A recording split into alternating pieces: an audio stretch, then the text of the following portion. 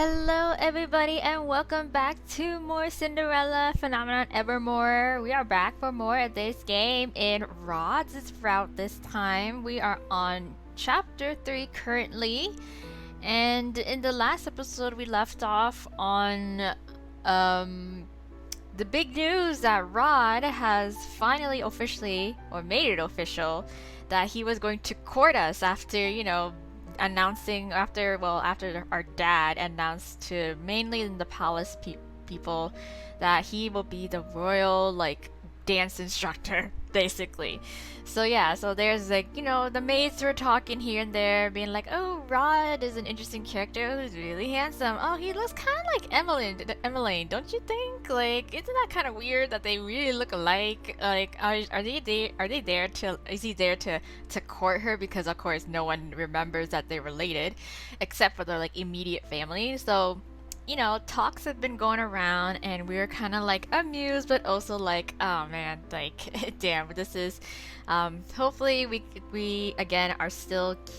Well, it's more so we're still kind of we have frustrated feelings still about having to keep our relationship a secret because the whole point of Rod giving up his status and everything was supposedly so that we don't have to hide it anymore, but we still end up doing the same thing. So we're like, well, what was the point of it then?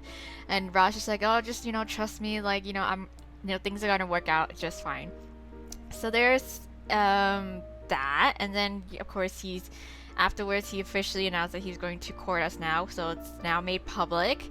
And then because of that, he's been given more responsibilities and expectations from our dad, so Rod's kind of stressed out a little bit overworked. So we went into town and we visited the Marchen, and we're just catching up and talking to all of our friends at the Marchen. Chevalier tried to help Rod out by pointing out you're kind of are you okay, are you fine, being the doctor that he is. And Rod of course was just I'm fine, don't worry about it. And we kind of brought up our concern as well too. We voiced our concern and we're like, are you Rod, I know you're trying really hard, and I know you want to be worthy of my hand, but don't overwork yourself like this. Take it easy, or else you'll burn yourself out. And he's like, yeah, I get it. So yeah, so that's that. So I guess that is now we're just going into this chapter kind of with that concern of Rod overworking himself, and just kind of he's a very private person, and we know he can handle himself. At the same time, he doesn't really know when to stop until somebody points it out basically. So I guess that's that. So that's the vibe of this chapter.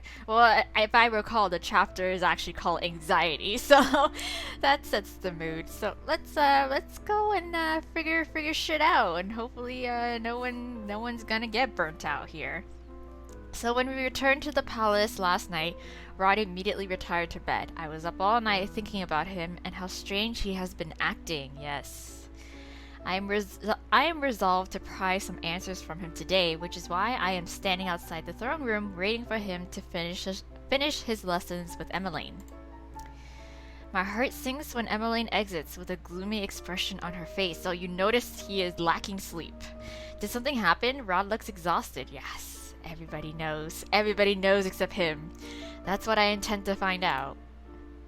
Whatever it is, I'm sure you'll figure it out. Okay, I hope so. I sure hope so.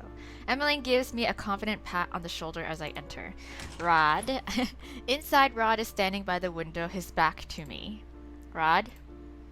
Oh man. When he turns to face me, he looks downtrodden. It is enough to make my heart sink. What's wrong, baby?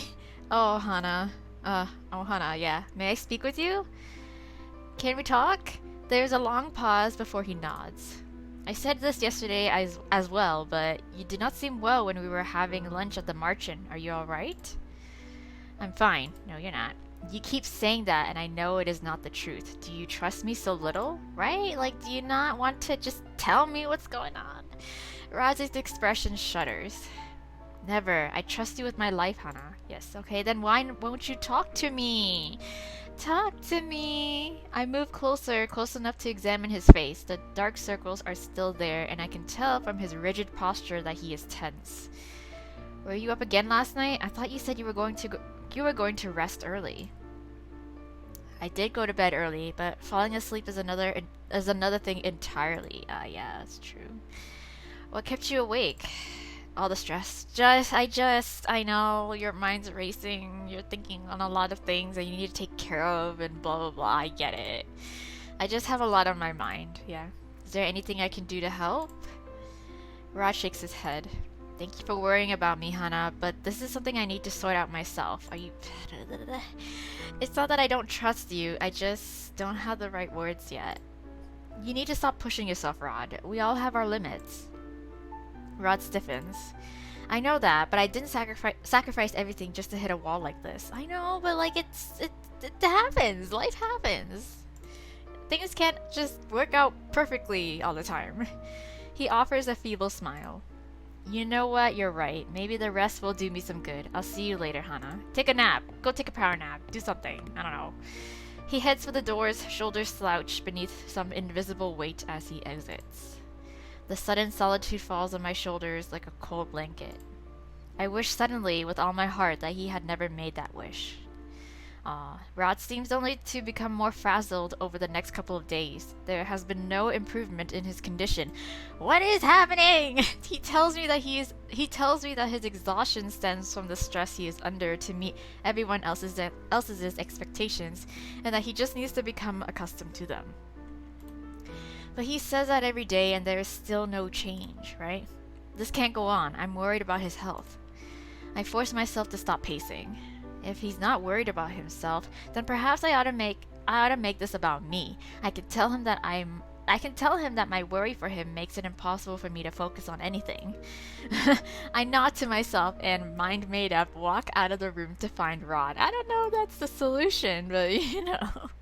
I ask around the palace, but though my search is extensive, Rod is nowhere to be found. Rod, where is he? I am just about to turn a bend in the corridor when Emmeline suddenly appears. Oh my goodness. Oh, Hana. Yes, Emmeline. Emmeline, have you seen your brother? I heard you've been asking around about Rod. Yes, I have. Yes, do you know where he is? Emmeline crosses her arms and regards me thoughtfully. I do. Let's talk in private. Oh, what? Talk in private? Why? I concede regardless of my confusion. We can speak in my room. I'll order some tea to be delivered. On my command, the maids prepare and serve us biscuits and tea.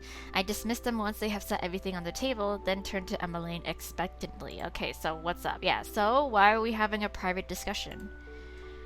Well, it's about Rod, but I'm sure you knew that. Yes. Don't tell him I told you anything, okay? Yes, I promise. I won't tell, I promise. Emmeline smiles, looking a little defeated. He's in the forest today, and he'll be there until sunset. Why?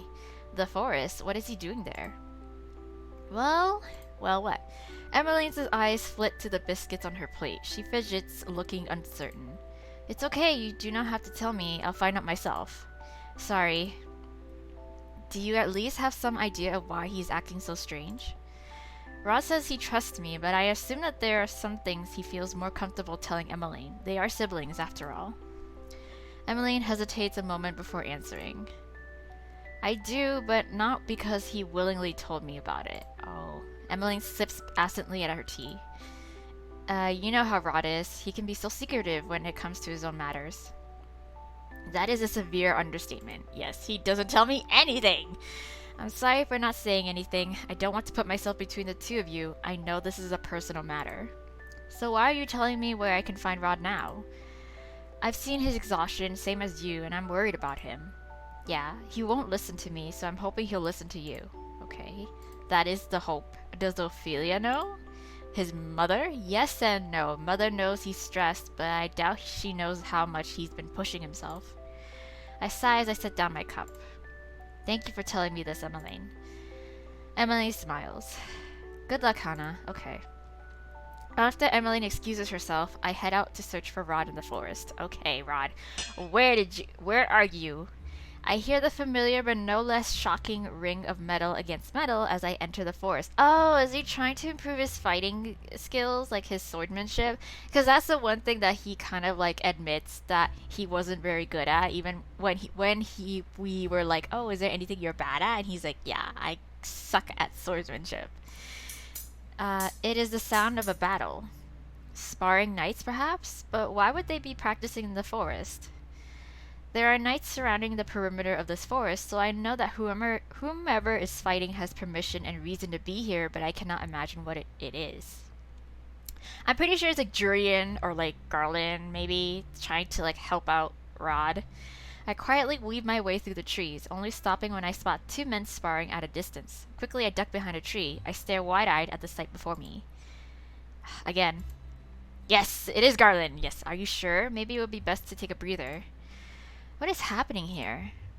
Rod has told me before that his swordsmanship is terrible, so I am perplexed to see him standing before Garland with a sword, sweat dampening his forehead. I insist. Rod just barely manages to block Garland's strike as he swings again at him. The force of the hit makes Rod stumble, and he trips and falls. So Rod, are you alright? I'm fine. Rod grasps Garland's hand and gets back to his feet with a groan. I'm sorry. I shouldn't have put so much power behind that last strike. You don't have to apologize. I was the one who didn't react right away. Yeah. Rod wipes his forehead with the back of his hand. Let's do it again, one more time. Despite his clear exhaustion, Rod's eyes are filled with determination. These look like lessons, but why did he not tell me about them? Why is he taking them in the first place? Well, obviously because he wants to improve and like, make up for his shortcomings. But like, why do it secretly? Does he think that I will think less of him if I see that he really sucks at swordsmanship? Like, I don't care. And most importantly, why must all this remain a secret? Yeah, exactly. And yet here he is keeping this a secret from me. Leave, interrupt the fight. I think we need some intervention. Can we get some intervention? Like, we came here because he's clearly overworked and no one can get through to him. So, hi. I step out of my hiding spot and slowly walk toward the dueling pair. I mean, Emily told me where he was, like, to begin with, so, like, I'm gonna make use of that information. So this is where you've been. Rod jumps. Garland immediately falls to one knee, looking flustered. It's fine, Your Highness. Yeah, it's okay. Hello, Garland. I'd like to talk with Rod alone. Yeah. Garland rises to his feet and nods. Of course, Your Highness. Once Garland is gone, I turn to look at Rod expectantly. What's happening here? How did you find me? Well, Emily told me. Answer my question. Well, you need to tell. Em told you where I was, didn't she? It doesn't matter how I found out. Answer the question, Rod. Why do you continue to keep me in the dark? I want to help you. Yeah, I'm not gonna judge you. Jesus Christ. Rod shakes his head. What? I know, you want to help me and I don't want you to worry, but Hannah, this is something I can't accept your help with. Rod, I can't even be a little cheerleader for you? Please, I know I'm worrying you, which is why I keep telling you not to worry about me, but I will worry.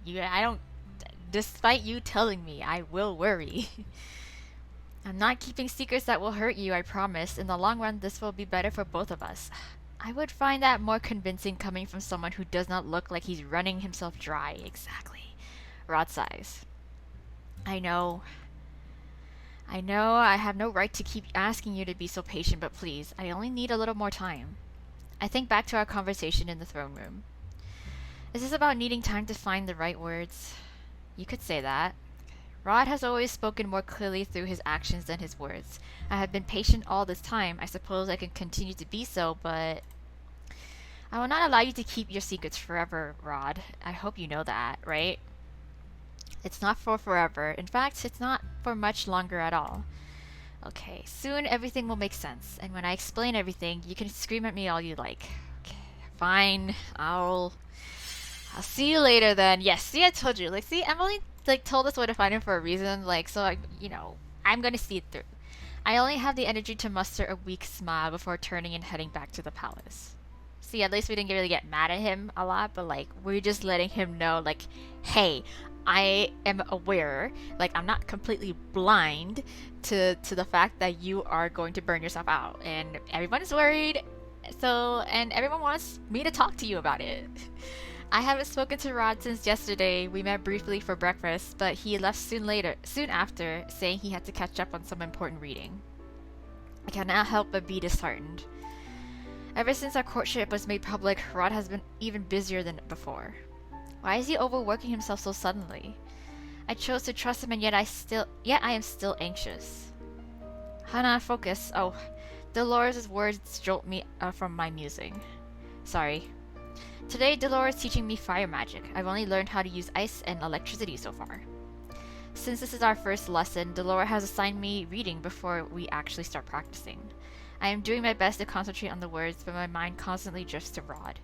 Dolores flicks my forehead. I flinch and glare up at her. Ouch. What was that for? Do you even understand what you're reading? No. Of course. Really? Because you've been staring at the same page for half an hour. What?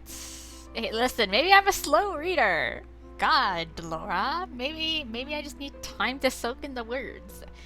I glance at the book and am horrified to see I am still on the same page. Let me guess, you have a certain grumpy boy on your mind? Yes. Hey, no ice in the classroom. I pull back from the table when I realize there is frost creeping up the edges. My bad. I close my eyes and take a few deep breaths to calm myself. When I open them again, the frost is gone.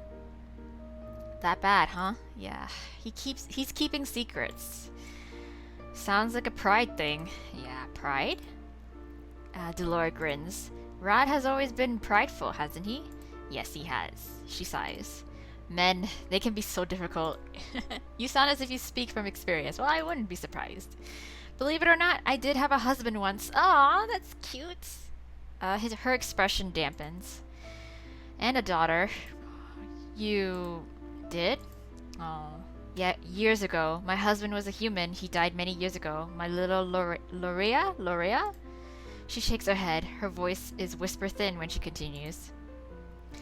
Let's just say that both of them are in a better place now. Oh, I never knew Delora had a family.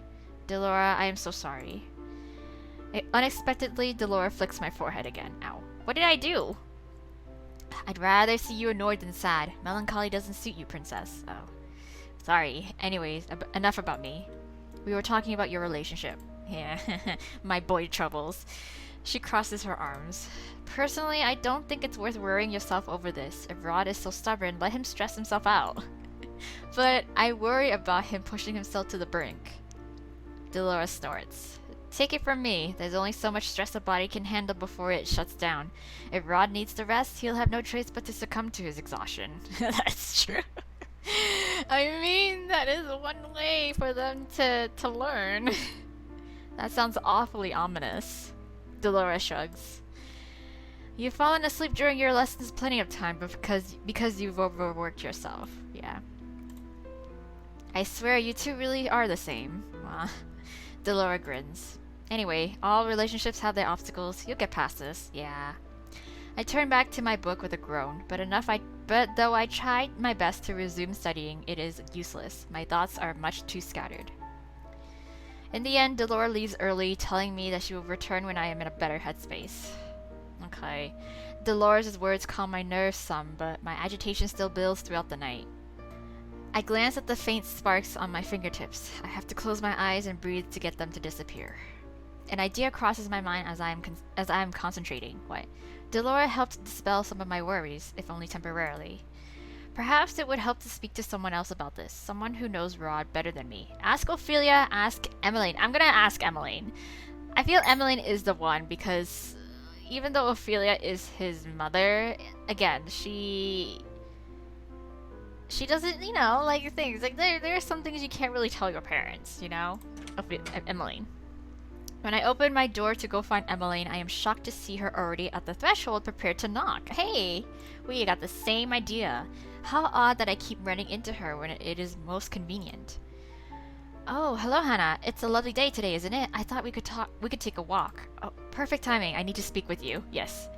Then we should take a stroll privately. Yes. Emmeline blinks at me. Oh, of course. Yeah. She enters my room and plops herself down on my bed. This is about Rod, isn't it? Did he say anything when you went to the forest yesterday? Yeah. He said he'd explain everything soon, still. I know he keeps telling me he'll explain, but he doesn't tell me when. It is really frustrating. Yeah. That sounds like Rod. Emmeline shifts her gaze to the window, a gaze forlorn. I wish I could offer helpful advice, but, well, I've always let Rod be exactly as he is. He was quiet growing up, and I've learned to accept that about him. But if it makes you feel better, he has opened up a lot since he met you. Oh, but not enough to trust me. Oh, I don't think that's true at all. I think Rod trusts you a great deal, and that's why he struggles with ways to express himself to you in just the right way. She sighs. Besides, you know Rod just as well as I do. You know he has a bad habit of overworking himself. Eventually, he'll crack under the pressure and he'll tell us all everything. That's true. I just wish he wouldn't shoulder these burdens alone, right? I thank Emmeline for her time, but turned down her offer for a stroll. I would be bad company tonight, I am sure.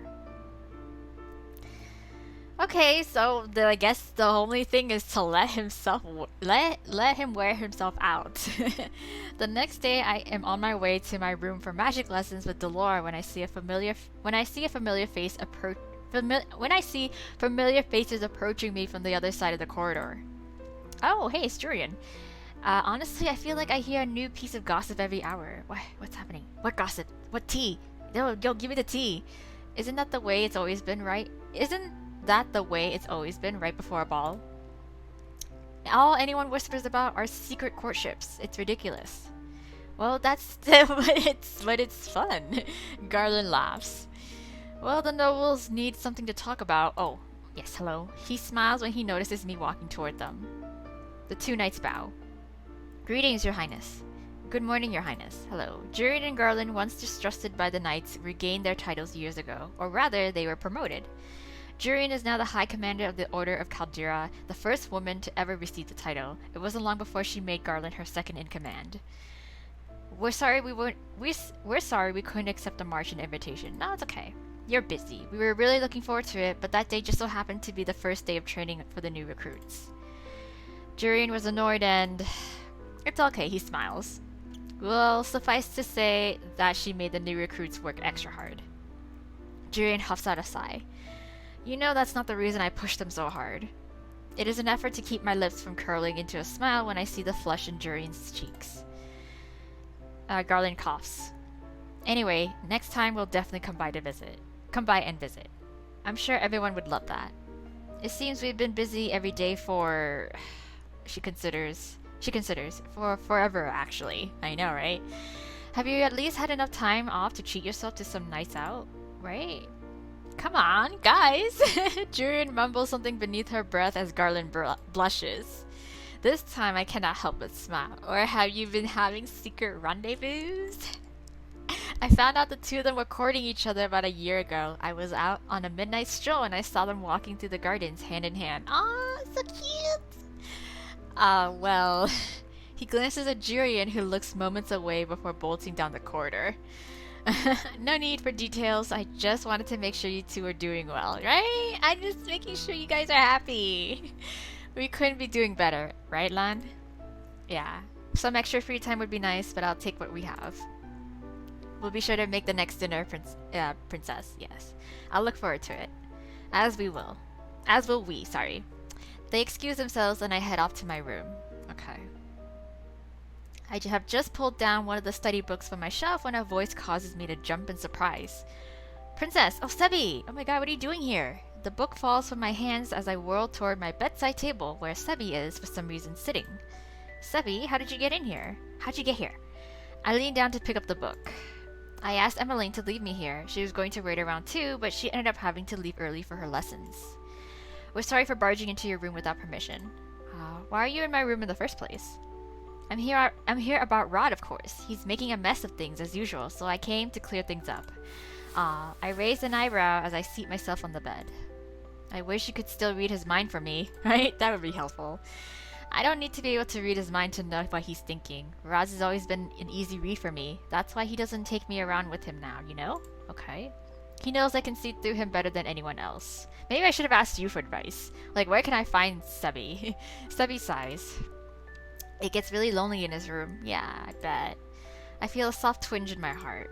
Perhaps Sebi is good at reading others as well, for he speaks up immediately. It's okay though, Emmeline lets me ride around on her shoulders sometimes. So Rod won't take you with him because he's worried you'll reveal his secrets? More or less. So, are you here to give away all of his secrets then? No, I promised I wouldn't say anything. Okay. Sebi laughs when I furrow my eyebrows at him. Rod is bad at this sort of thing. I came to tell you that he's not keeping a secret from you, princess. He's trying to surprise you. Surprise? Again? Still, Emmeline's been telling me that he's really pushing himself. He is. That is the reason I've been so concerned. Princess, let me tell you something about Rod, okay? He may seem quiet on the outside, but inside, his mind is so loud. He thinks about so many things all the time. He worries and he stresses and overthinks about everything. Oh. Honestly, it's amazing he keeps it all to himself. Oops. Did I accidentally click? Oh, no, wait, never mind. Back when I could read his mind, I didn't just read his thoughts though. I saw into his dreams sometimes too. Old, faded memories that made everything make more sense. Okay. Memories of what? Like back when... let me remember. Like back when he used to live with just like as a commoner, maybe? No? The toy is quiet for a few moments. Even though Sebi cannot alter his expression, I imagine his face scrunched up in concentration. And then... Rod's father died of some incurable illness when Rod was only 8. Rod barely remembers him, but you know what he does remember? His father's final words. Take care of your mother and sister for me. He takes that promise seriously, maybe too seriously. That's probably part of the reason Rod is the way that he is, why he's taken on so much responsibility and kept his worries to himself since he was young. He always thinks he needs to be better, no, the best for his family, and I know he feels the same way about your relationship. But he doesn't need to be that way for me. I already love him the way he is. Sebi sighs. But Rod doesn't think that way. He holds himself up to higher expectations. He always has, and I think he always will. He wants to be the most mature, most responsible, most dependable person he can possibly be. That's why he works himself so hard. That's why he sacrifices so much. Oh, I would tell you more, but Rod would kill me if he finds out I'm in your room. You've told me enough, Sebi. Yeah, it's very helpful. Glad to help, princess. That guy still can't do anything without me. I believe it. I laugh. He really is troublesome, isn't he? Agreed. Sebi sighs. Anyway, I should be getting back to Rod's room before he returns. Hopefully Emmeline will be back soon to... Oh, that must be her. Hopefully, yes. Oh no, it's tight. Sebi is not here. We've not been talking behind your back. I head over to the door. I expect to see Emmeline on the other side, and am surprised when I see Rod instead. Rod? Hello, can we talk? Yes. I step to the side, using my body to hide Sebi from view. Yes, my thoughts exactly. Let's talk somewhere else. Rod raises an eyebrow. Wait, why not just your room? My room's a mess. I like a change of scenery. I've been stuck in here studying potions. I've been stuck in here studying potion books all day. Rod looks at me quizzically. Then, before I can stop him, he leans past my shoulder to peek inside. His eyes widen. Oh no. Sebi? No. Oh, hi, Rod. Busted. Oh, yeah. Sebi was... He didn't tell me anything. There's only one reason he'd be here. I was just trying to fix your mistakes. Rod sighs deeply. I know. Rod grasps my hand and pulls me away from the door. Let's go. Wait, where are we? To the forest? I'd rather talk to you without a certain nosy plush in the picture. Are we going? Oh, the throne room. Okay. Rod leads me to the throne room, which is empty at this time of day. He closes the doors behind him when he then turns to me with a sigh. Okay. So, how much did Sebi tell you? Not much. Enough, I think. Hannah, I'm sorry. No, it's fine. Before I can react, Rod wraps his arms around me from behind. Aww. Back hugs. Why are we suddenly just... I thought we were facing each other, but it's okay, whatever. This is fine. I am shocked when he rests his chin on my shoulder. Shocked and then relieved. It is so nice to feel his touch again. I have missed it so much. I miss you, Rod, right? I miss you. I barely see you. I missed you too. I shiver at Rod's warm breath against my ear. I spoke to the king today. With father? Yes. I asked him for advice. He told me I should be more honest, that there was no point in secrecy if it led to mistrust. It's true. He's got a point. I've been so accustomed to keeping secrets for so long that I think I've forgotten how to tell the truth the right way. Secrets are comfortable. Keeping a secret makes me feel safe. There are less expectations, less disappointment if you keep things from people. All I want is to make you proud of me. But I am. Everything I've done to make your life better, to make our life better. And these things I'm keeping from you, I promise I've never kept them from you because I don't trust you. I just don't want you to worry about me. That's impossible, Rod. Right? That's what I'm saying. Like, you tell me not to worry, but I'm gonna worry. I'm realizing that now. The way I've been acting is selfish. The king made me see that. Oh, I step out of Rod's embrace so that I can cuff his cheek. Not selfish so much as selfless, I think. All you ever think about is how to make things easier for me. You ought to think about taking care of yourself too. You've told me countless times I don't need to prove myself to be worthy of you, but you're not proud of yourself. All this time it was so simple. I kept telling Rod he was good enough, but that means nothing if Rod does not believe it himself. Rod looks at me surprised. Then he smiles, a sad smile. You're right. But it's not just about that. I've always wanted to be the best I could be for you because you're you. He gestures at me. You're going to be the Queen of Angiel. You're the Tenebrarium bearer. You've worked so hard to be where you are, and it's only fair I match your efforts. I made myself a prince to be worthy of Viorca, but it didn't matter because that was never who I was meant to be. But this... He grasped my hand. I wanted to build this reputation for myself. This time, I wanted magic to give me a clean slate, not an advantage. And the secrets? I really did want to surprise you. I don't mind running myself dry if it means improving, especially in the short run. This is nothing, Hana. But I wonder if this is the surprise Sebi was referring to, or if there is more to this than secret sword practices. Yeah, right? Rod groans. In the end, the way I handled all of this was very childish. I acknowledge that. I think that's the most mature thing you've said all night. Rod flushes, but before I can say anything, I rise to the tips of my toes to plant a kiss on his cheek. I'm sorry too. I wish we could have had this conversation earlier. But Rod, I hope you know that I am proud of you. You're the hardest working person I've ever met.